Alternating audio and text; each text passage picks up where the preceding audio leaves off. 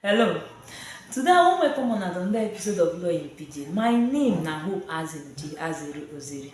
Today we go talk about self-defense. Self-defense na one of the defense wey person na one of the defense wey dey available to am. As the name dey sound, as the name dey sweet, no be so e be.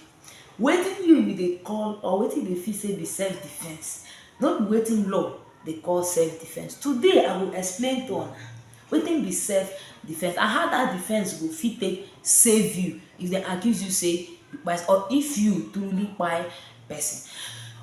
Now wetin be self-defense? Self-defense na as the name dey.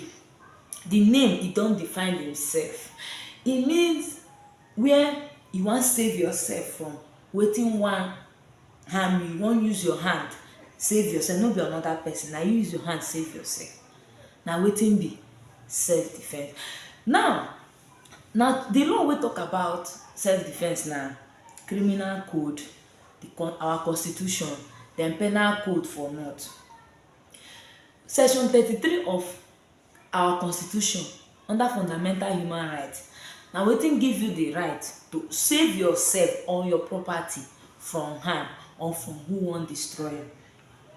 Even the criminal code too give you that right to save yourself, because you no go just dey okay. Imagine say just dey somebody carry something wan come hit you, you no go allow the person hit you. Now you go save yourself from that harm. Na wetin e be. The eye wey law dey take look that thing wey talk say na self-defense, one of that eye na whether wetin you do me and wetin I do you dey equal. Wetin this one mean? For example now, I woz you, and I know wetin be woz now. I woz you like this. As I woz you like this, wetin you go take defend? Talk something say self-defense no be retaliation. Okay, self-defense no be do me I do you back. Self-defense na say you wan come woz me, I fit wave carry my hand like this, block your hand. You wan come woz me like this, or you wan come blow me. I use this my hand, I wage you like this. As I wage you like this, na self-defense. If as I wage you like this, you from there, you know say people plenty wey no well for this country. As I wage you like this, you come fall. As you fall, you come from there kpai. Na self-defense be that. I no do you anything. I dey try to stop you, block you, so that you no go wound me, so that you no go beat, or so that you no go do me harm. Na self-defense. That one na the eye wey law dey carry dey look self-defense.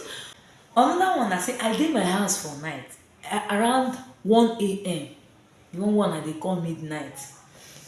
I come see say person don chook hand from my window. You put hand for my window. As you put, you wan try make you open my window or open my door so that you go come thief from me. As you put that hand there, like you wan open my window so that you go enter my house, come kpai me or come thief from me. As you put that hand there wey you wan take open my window, open my door, I fit do you anything. I fit use anything take make sure say you no enter my house. That one I dey act in self-defense. I fit use anything make sure say either I comot that your hand or I do something just to make sure say you no enter my house. That one another eye wey law dey take look self-defense. So self-defense be say if I dey come do you something, I wan come punch you like this, if as I dey bring my hand to come give you like this, you carry knife, I don't know why they call am, you carry knife take give me like this, no be self-defense. Or maybe I wan come blow you, you come bring this thing, I know wetin e be, you come bring this thing give me like this, that one no be self-defense. So wetin self-defense mean be say, one be say that thing wey I do you, I bin wan do you, no be retaliation. That thing wey I bin wan do you and wetin you come do me to take stop me make I no do you that thing go dey equal. oyibo say e go dey proportionate. Na wetin be self defence. Dat one na one eye wey law dey take look self defence. So where somebody pour you water, you dey pass, I pour you water, you carry me, no be self defence be dat. No be self defence. Dat one na one. Another eye again wey law dey carry look self defence na say if dat thing, if no be you provoke me, like for example now, you look me finish, you look me now say I be lawyer. I dey always use myself as example so dat nobody go pick offence. You look me finish say I be lawyer, you come say barrister Coke charge am bail, or you just talk something wey go hurt me, even though say no be dat thing wey you talk something wey go provoke me, or you curse my tribe, or you curse curse my person or my mama or my papa, or you just do something wey go vex me, because of dat thing now, I wan come give you like this. As I wan come give you like this now, you come block me, or you come blow me, maybe I come fall, then carry me go hospital. Dat one no be self defence wey you do. You know why? Because na you provoke me, na you make me wan come do you like this. Dat one no be self defence. No be self defence. Another eye again wey law dey take look self defence na time. This one na the most important one.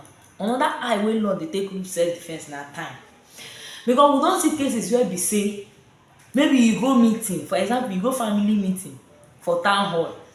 As you go family meeting for town hall, person use knife give you like this for meeting, wunjure you, the person give you better wound for the meeting. Instead wey you go defend yourself there, you go come run, you go run tiki tiki tiki tiki tiki tiki taka taka taka, you go run come back your own house, come collect your own knife, go back town hall, go do the person back. Law call dat one retaliation. Dat one no be self defence. You dey see the time, you dey see the time gap. Like you don leave your house, you don go somewhere, oyibo call am say break dey in the chain of event. I no know if una dey get my point. Somebody do you something dat time, you go come leave am. The next day when you see am for road, or you see am for stream road, you see am for farm road, because na dat one dey common well for Nigeria. You see the person for especially for village, you see the person for farm road, you see am where dey go stream, you go do am back. Dat one na retaliation. Dat one no be self defence. So e no go work. But if as you go village meeting, person carry knife